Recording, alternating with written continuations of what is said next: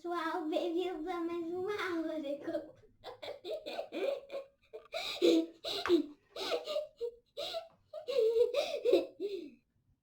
Nesta videoaula, então, nós vamos ver o quê? Critérios de desempenho. Nós vimos nas últimas aulas critérios de robustez. Agora vamos ver critérios de desempenho, certo? Então, para introduzir esse conceito de critério de desempenho, nós vamos usar essa malha de controle aqui. Imagina que eu queira controlar esse sistema, em que a temperatura de saída é a que me interessa.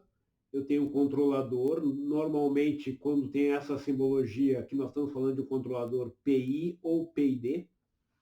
Então, o controlador pega a medição e gera uma ação de controle. Então, vamos colocar isso aqui no sistema.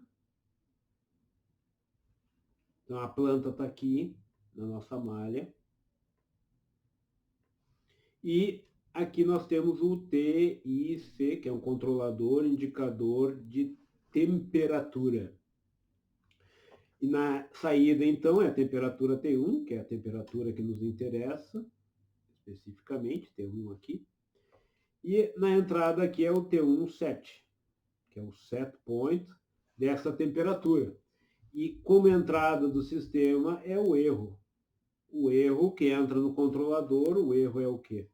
O erro é a diferença entre a temperatura que eu quero de referência, que é o set point de temperatura, menos a temperatura medida, certo?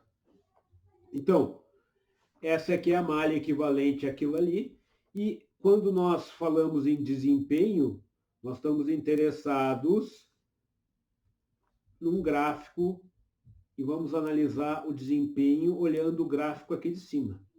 Essencialmente, nós vamos ver que o desempenho está fortemente relacionado ao conceito de erro. Então, eu tenho um erro e a parte de desempenho está relacionada ao subplot de cima. E no subplot de baixo, nós temos o que? A ação de controle, que é a OP, que é a ação de controle, que eu vou escrever aqui para vocês, que é a ação de controle, que é calculado pelo controlador, OP. O OP é o quanto de abertura e fechamento de válvula que está sendo solicitado pelo controlador. Então, isso aqui é o output. É o output do controlador.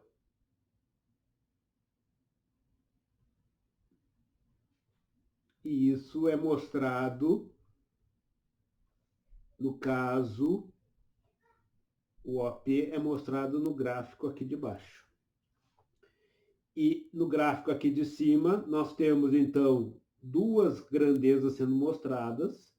Uma é o set points, que é essa linha que está representada aqui, que é o valor de referência. E a segunda linha que está representada é a linha vinculada com a variável de saída, a variável CV, que é a variável controlada, que está representada aqui pela linha verde e pela linha azul. Então, essas duas linhas que estão representadas aqui são linhas que foram geradas com diferentes controladores. Então, nós temos dois controladores diferentes aplicados à mesma planta.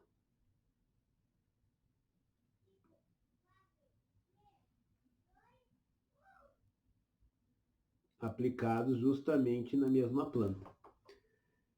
Sendo que uma delas é a azul e a outra é a verde. E aí nós vemos que as ações de controle geradas por esses controladores nessas plantas estão no gráfico de baixo. Então, as ações de controle, respectivamente, estão aqui, ó. Então, essa linha azul aqui representa a ação de controle que gerou essa saída aqui, certo? Então, é isso aqui que nós vamos trabalhar agora. E quando nós falamos em desempenho, nós estamos interessados justamente em analisar o comportamento correspondente a esse subplot de cima, que é o subplot relacionado à variável de saída e que, se eu pegar e fizer a subtração entre o set point e a variável de processo, ou a variável controlada no caso, eu vou ter o erro, que é a distância, que é a diferença entre o set point e a variável de processo, certo? E a primeira parte do subplot, que nós estamos analisando aqui, vai representar a resposta que o sistema vai ter a uma mudança de set point. E essa primeira parte, que é relacionada a essa mudança de set point, que corresponde a essa parte aqui, isso aqui vai ser a característica servo. Vamos chamar isso de característica servo.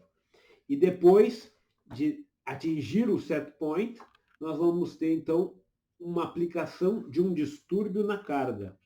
O distúrbio na carga é feito mais adiante, e a segunda parte, então, do subplot superior, essa segunda parte está relacionada, essa segunda parte aqui, ela está relacionada a essa perturbação, essa mudança na carga. Esse aqui é chamado de distúrbio na carga, e essa primeira mudança aqui é chamada de mudança de set point. E a característica associada a essa mudança de set point, ou seja, a resposta que o sistema apresenta a essa mudança de set point, nós chamamos isso aqui de característica servo, ou seja, a capacidade do sistema seguir o set point. Isso é característica servo. E a capacidade do sistema de rejeitar distúrbios, ou seja, rejeitar esse distúrbio que está acontecendo aqui, a gente chama isso aqui de característica regulatória. E aí vocês podem perceber que isso aqui tem um comportamento meio que de colchão d'água. Quando eu baixo o pico relativo aqui, eu aumento o pico relativo à mudança de set point. Isso num controlador com 1 grau de liberdade. Se eu baixo o pico aqui na mudança de set point, aumenta o pico na rejeição de distúrbios. Então é um efeito de colchão d'água. Se vocês entram de um lado, sobe o outro. Se vocês entram do outro lado, sobe esse aqui. Então esse é o jogo que se tem, que é o efeito colchão d'água, que ocorre quando nós temos apenas 1 grau de liberdade no controlador.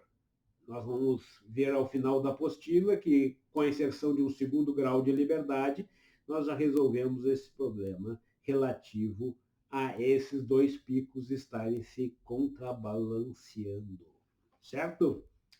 Mas, de uma maneira geral, se eu tenho apenas 1 grau de liberdade, eu tenho que achar um compromisso entre característica servo, que é a capacidade de seguir o set point, e a característica regulatória, que é a capacidade de rejeitar os distúrbios. Ou seja, trazer o sistema de volta para o set point após acontecer um distúrbio. Certo? Então é isso que nós vamos ver. Nós vamos ver, então, que o desempenho está associado a esse gráfico aqui de cima e, desta forma, nós podemos quantificar o desempenho. Quando nós falamos em quantificar o desempenho, medir o desempenho, nós temos, então, que primeira coisa, saber do que depende o desempenho. O desempenho ele depende do tipo de perturbação. No caso, nós vamos usar perturbações de grau. Vai ficar claro para vocês que as perturbações de grau, elas conciliam simplicidade com representatividade. E também, quando a gente fala em desempenho, depende do local aonde nós aplicamos essa perturbação. Por exemplo, se eu pedisse para vocês qual dessas curvas vocês considerariam que teriam melhor desempenho, aí vocês iriam me dizer, depende. Se eu quero uma boa característica servo, que seria um distúrbio, uma perturbação feita justamente numa mudança de set point, eu diria que a linha verde tem o melhor comportamento de um bom servo, ou seja, ela chega rapidamente ao set point e de lá ela não sai, sem oscilação, sem nada. Já se o meu objetivo fosse uma boa característica regulatória, eu não teria a menor dúvida em dizer que a linha azul é a que apresenta a melhor característica regulatória, porque ela retorna mais rapidamente para o set point. Então, o desempenho depende aonde é feita a perturbação, certo? Então, se eu quero uma característica serva, a perturbação é feita numa mudança de set point.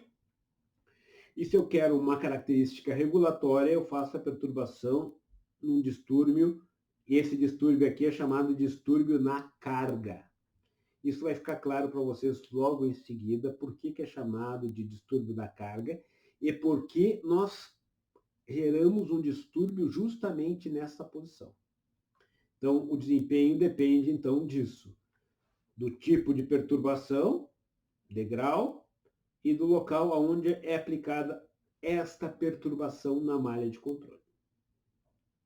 E como nós podemos quantificar o desempenho de uma malha de controle?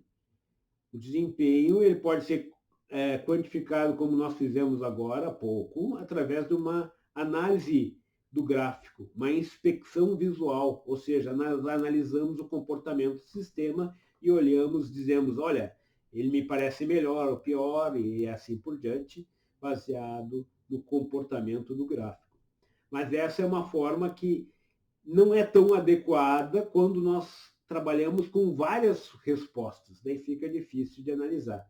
Então, normalmente, daí nós utilizamos como métrica uma quantificação do tamanho do erro ao longo da região. Então, nós geramos integrais dos erros, e essas integrais dos erros, então, através da integral do erro, nós conseguimos, então, ter métricas do tipo a integral do erro quadrático,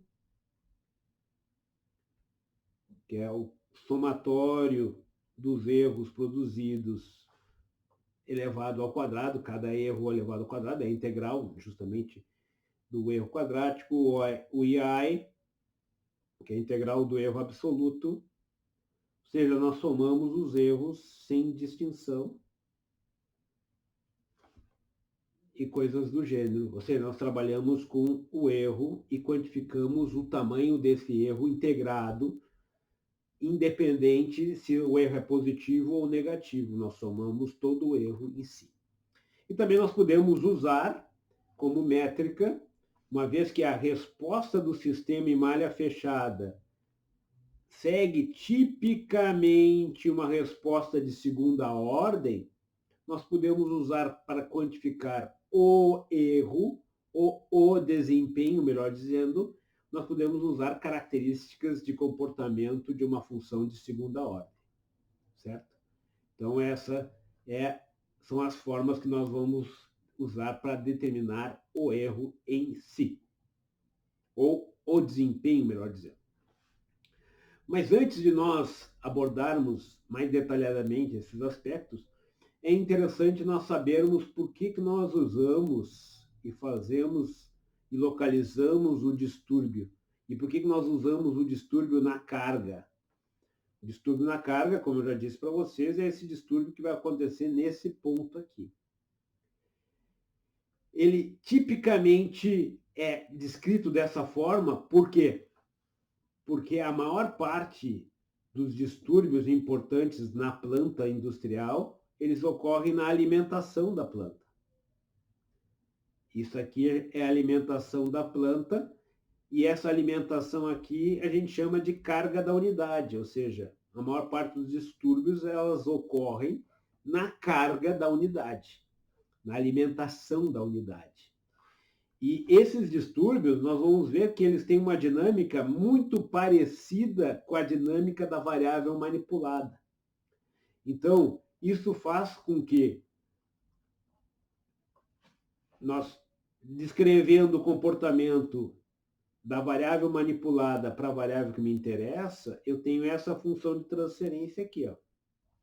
Por outro lado, se eu pegar um distúrbio na carga, que seria um distúrbio, por exemplo, na temperatura de alimentação, eu tenho essa função de transferência aqui. Ó.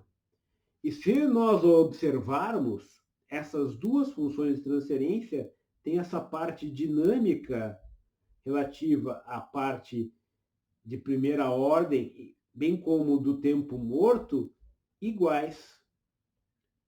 A única diferença entre essas duas funções de transferência, a função da transferência do distúrbio para a saída e da variável manipulada para a saída, está no ganho. O ganho é diferente. Então, nós podemos representar isso perfeitamente escrevendo dessa forma. Essa é a forma totalmente correta, em que você faz a contribuição da função de transferência ou da variável manipulada para a saída, somado com o efeito do distúrbio para a saída. Então, nós temos essas duas funções somadas, gerando a contribuição aqui na saída, na temperatura. Então, tem a parcela relativa a essa função de transferência e a parcela relativa a esta função de transferência. Isso aqui está totalmente correto. Se eu fizer isso, eu estou fazendo exatamente a soma dessas duas contribuições. Acontece que, pelo fato desse denominador ser igual e do tempo morto ser igual, o que eu posso fazer é deslocar esta bolinha para cá, e fazendo esse deslocamento dessa bolinha para cá, eu vou ter que pegar esse GD e dividir pelo G, certo? Como nós temos ilustrado aqui, ó.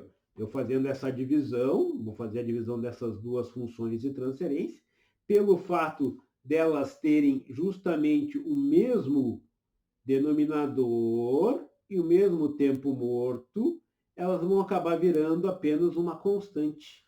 Então, esse bloquinho aqui será representado apenas como uma constante. Ou seja, não vai ter nenhuma componente dinâmica. Então, simplesmente eu posso trocar esse bloquinho por um degrau de tamanho adequado. Porque daí eu não preciso implementar dinâmica, eu faço um degrau de tamanho adequado, esse degrau concilia tanto a relação dos ganhos. Então, o tamanho desse degrau não precisa ser unitário, ele pode ser de uma dimensão adequada, que relaciona o tamanho dos ganhos com a amplitude do distúrbio, bem como a amplitude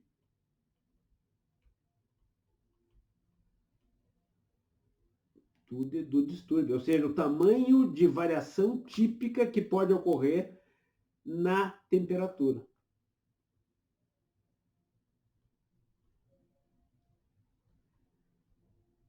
Certo? Isso é importante ter em mente.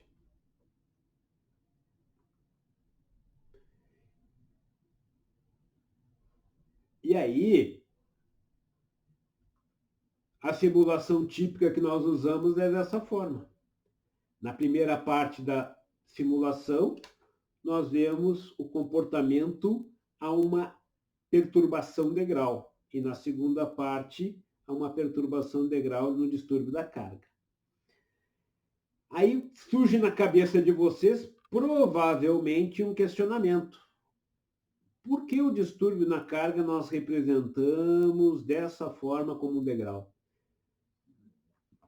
E a razão disso são duas razões.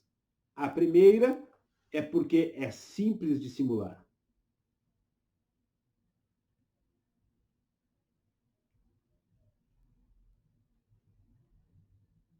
A segunda, que é representativo do pior caso.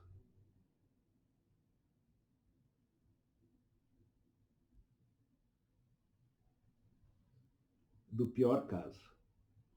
Então vamos entender isso melhor agora. Vamos pensar na temperatura. Se eu pedisse para vocês fazerem um gráfico de temperatura, vocês fariam um gráfico desse tipo aqui, ó. Você pegar a temperatura ao longo do temperatura da água ou a temperatura ambiente, ao longo de um dia, nós vamos ter uma coisa parecida com isso aqui, ó. Então aqui é o tempo. A temperatura vai ter a temperatura mais baixa pouco antes do sol nascer. Então, por exemplo, se o sol estiver nascendo às 6 horas da manhã, vai ser a temperatura mais baixa às 6 da manhã. No inverno nasce às 7, assim por diante, 7h20, assim por diante. Então, vamos supor que o sol nasceu às 6 horas da manhã. Então, a temperatura mais baixa vai ser às 6 horas da manhã. Isso aqui é a temperatura ambiente ou a temperatura da água de alimentação, por exemplo. Aí começa a nascer o sol, os primeiros raios, vai subindo a temperatura, vai subindo.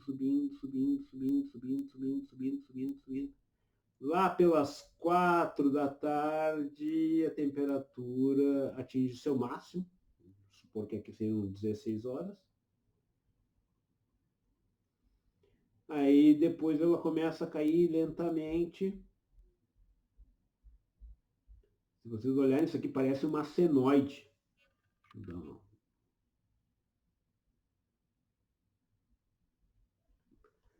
começa a cair.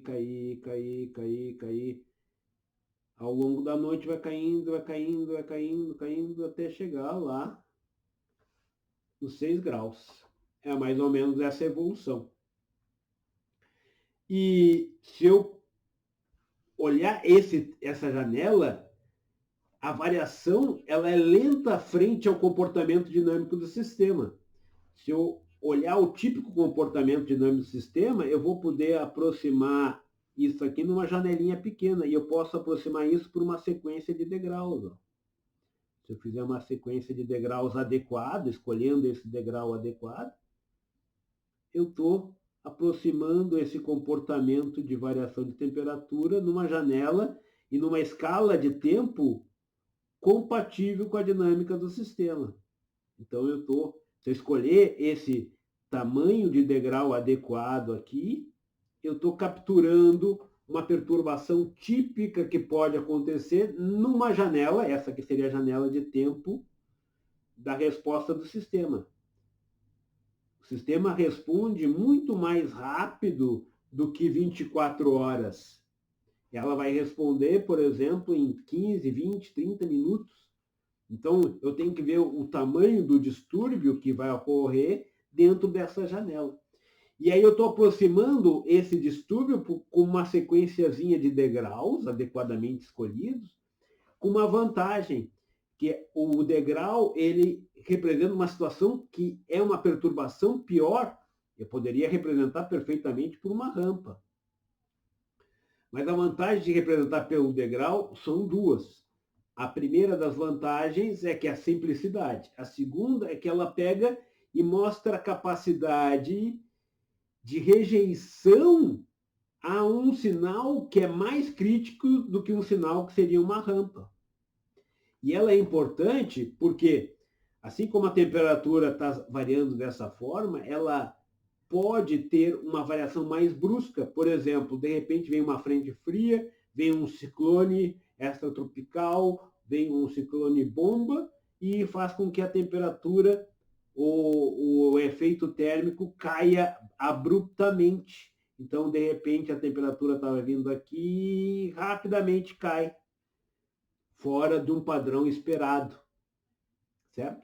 Então, o degrau, ele acaba, digamos, incorporando de uma forma mais simples a possibilidade de capturar mudanças mais bruscas que poderão acontecer. E a escolha do tamanho do degrau, você tem a liberdade, então, de capturar, através de um compromisso entre a variação típica na janela de atuação, você tem a capacidade, então, de capturar através do tamanho do degrau, que eu vou aplicar aqui, eu vou capturar tanto o efeito desse tamanho de perturbação, quanto a relação entre os ganhos. Então, eu vou escolher esse degrau, capturando, conciliando tanto essa diferença de tamanho, quanto o tamanho típico do distúrbio.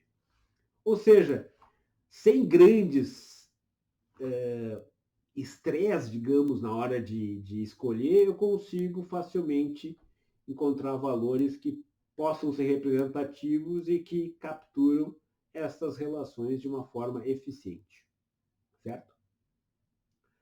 Então,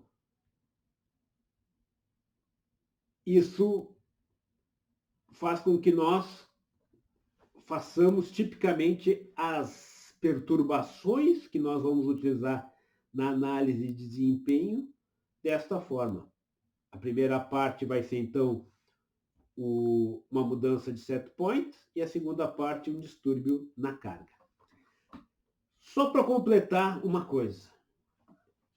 Essas duas fórmulas aqui são totalmente intercambiáveis, certo? Tanto faz eu implementar dessa forma ou dessa, que vai funcionar igual. Isso se a planta for estável em malha aberta. Se a planta for instável em malha aberta, eu sou obrigado a implementar dessa forma. O que é uma planta instável em malha aberta? Uma bicicleta é uma planta instável em malha aberta. Então, se eu quiser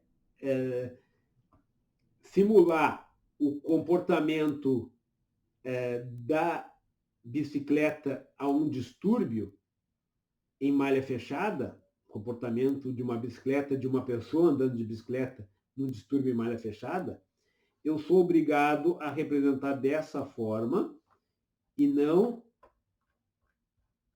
dessa forma aqui. Essa forma aqui não vai ser possível eu utilizá-la quando a planta é instável em malha aberta, porque o efeito do distúrbio também é instável em malha aberta. E isso aqui vai gerar um sinal infinito aqui. Ó. Então, no caso de plantas instáveis em malha aberta, eu sou obrigado a fazer essa manipulação para poder simulá-la adequadamente. Mas quando a planta é estável em malha aberta, tanto faz eu simular dessa forma aqui, quanto dessa forma aqui. Aí há uma total equivalência entre as formas. Certo! Então vamos lá. Sabendo disso, nós vamos agora ver como nós quantificamos o desempenho. Nós já falamos, uma delas é através da inspeção visual, ou seja, uma análise desse comportamento apresentado, certo? A outra forma é analisando o comportamento do sistema em malha fechada. Se a gente olhar o comportamento do sistema em malha fechada, segue uma função de segunda ordem subamortecida, tipicamente. A retroalimentação tende a gerar comportamentos subamortecidos em malha fechada, certo? E aí eu posso capturar esse comportamento através de parâmetros como tempo de subida, overshoot, tempo de assentamento, ou seja, os mesmos parâmetros que nós vimos quando nós estudamos funções de transferência de segunda ordem, certo? Normalmente nós utilizamos esse tipo de comportamento para especificar o comportamento desejado para a malha.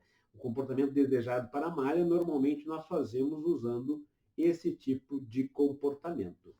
Mas para quantificar, para colocar numa tabela Excel ou numa tabela Pandas em Python, normalmente nós usamos a integral do erro absoluto, a integral do erro ponderada no tempo ou a integral do erro quadrático, certo? Sendo que uma métrica muito boa para mudança de set point é essa aqui, ó. Por quê? Ela nos diz o seguinte, eu vou ter e vou permitir que o erro seja maior no início. Antes de mais nada, o que é a integral do erro? Digamos que aqui é o comportamento do sistema, e depois aqui eu tenho o distúrbio. A integral é a soma das áreas. É a soma das áreas, independente de serem positivas ou negativas. Ao contrário da ação integral. A ação integral ela faz distinção entre áreas positivas e negativas. Aqui, em termos de desempenho, tudo é área, certo? E se eu utilizar simplesmente a soma das áreas, independente de áreas com erros maiores penalizar mais do que áreas com erros menores, eu vou fazer isso aqui, é a integral do erro absoluto. A integral do erro absoluto é simplesmente a soma das áreas indistintamente, sem levar em consideração se a área é maior ou menor. Se eu penalizar situações de erros maiores do que erros menores, eu vou fazer o uso do easy, que aí, quando o número é grande, elevado ao quadrado, ele fica maior ainda.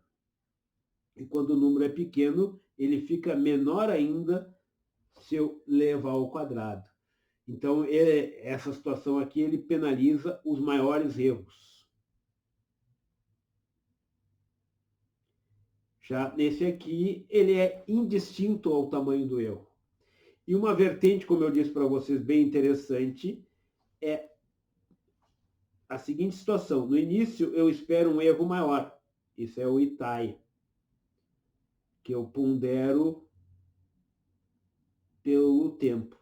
Então, no instante inicial, o tempo zero é aqui. Para nós, o tempo zero é uma abstração matemática, que é o momento onde ocorre a perturbação. Esse é o meu momento tempo zero. E à medida que eu vou me afastando do tempo onde ocorreu a perturbação, eu vou penalizando, ou seja, o tempo vai aumentando e eu não tolero mais erros. Então, no início, o erro é tolerável, e à medida que que o tempo vai passando, eu vou penalizando o erro. Então, eu não permito que erros ocorram à medida do tempo. Então, normalmente, esse tipo de integral é boa para mudança de set point, porque ela vai gerar uma resposta sem overshoot. Porque nesses instantes de tempo mais adiante aqui vão ser penalizados por um valor de t elevado, permitindo com que o erro ocorra todo ele no início, mas depois não ocorra erro, certo? E normalmente quando você otimiza o easy, o que acontece é uma resposta oscilatória. O easy é bom para respostas para diminuição aqui, o easy é bom para a parte de rejeição de distúrbios, e para mudança de set point, a métrica muito boa em termos de minimização, caso eu venha a fazer a minimização de um projeto de controlador, é a integral do erro ponderada no tempo. E com isso nós terminamos essa videoaula com a participação especial da Joane, que abriu a nossa videoaula de hoje. Até a próxima!